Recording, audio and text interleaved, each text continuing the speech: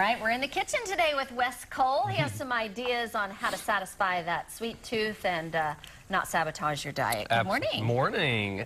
Well, you know, the thing is that one of the biggest issues I have with a lot of my clients is those nighttime cravings. We all start kind of wanting to search the fridge for something a little bit sweet, but we have a kind of a good alternative, I think, today. And we're going to start with just basically it's a low-calorie ice cream sundae. What Beth's doing right now, this is actually, we can't take credit for this. This is actually an old Weight Watchers tip, is freezing Cool Whip. Freezing Cool Whip? I mean, I know it sounds weird, but it tastes like vanilla ice cream if you do it. Now, this is a sugar-free kind, but what this does is this dramatically takes down the calories. And Beth is putting, you can put some fruit. She's using pudding, some sugar-free chocolate pudding. But you're making this up, and you know, a typical ice cream sundae, anywhere from 600 to 700 calories. This is almost less than 200 calories. She's being really generous. And she is, and you know, and so the thing, yeah, she likes the chocolate. So the thing about it is it's going to have a little bit different texture. It's a little bit lighter, but I guarantee you, it's definitely something you want to try.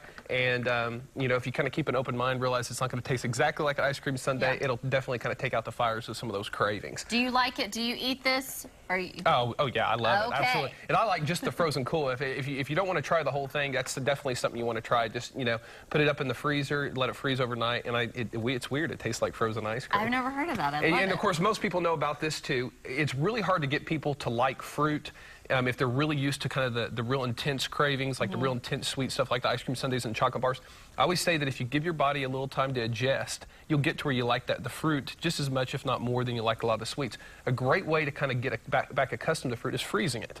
You know, we've all tried frozen bananas, frozen grapes, and it has a real kind of almost like the bananas have like a ice cream texture to it when they're frozen, and the grapes almost have kind of like a little sorbet texture as well. Like a popsicle. Yeah, absolutely. And so it's a good way, but you're also getting all the fiber, you're getting all the vitamins and all the benefits. So it's a good way to kind of get accustomed to it. You know, I tell people all the time that motivation and willpower when it comes to eating healthy is really overrated.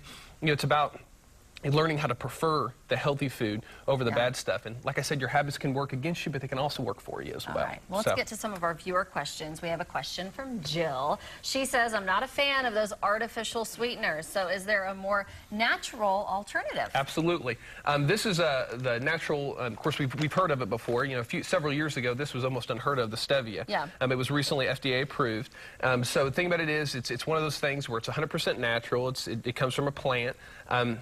This measures cup for cup. You know, this is another thing too. When you first try to cook with it, it has a real different texture, or almost like a different taste. I think it's a little bit sweeter than sugar. So when you're baking with it, when you're cooking with it, you might want to go a little bit lighter than what the instructions say.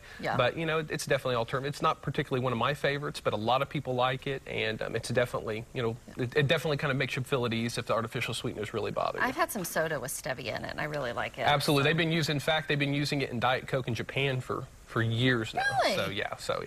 Let's get to one more quick question from Bill. He says, what one daily supplement will improve my health? If you have to pick one. Well, you know, it's real interesting. Several years ago, I was actually had a front row seat with one of the top nutritionists in the country.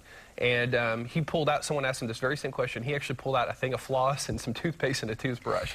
You know, I know it sounds crazy, but if you're looking at one thing that you can do that will totally change your health, that has been absolutely documented and proven. The supplements, you know, it's kind of iffy a little bit on a lot of them, but regular dental care, especially flossing, there's been so many studies about increasing your longevity, you know, decreasing heart disease. I mean, it's absolutely incredible. So, you know, supplements are good, but if you got to spend a little bit of money, I mean, if you're not flossing, you're not taking, and you're not every 6 months getting your teeth clean, I mean, that right there is one of the best things you can do.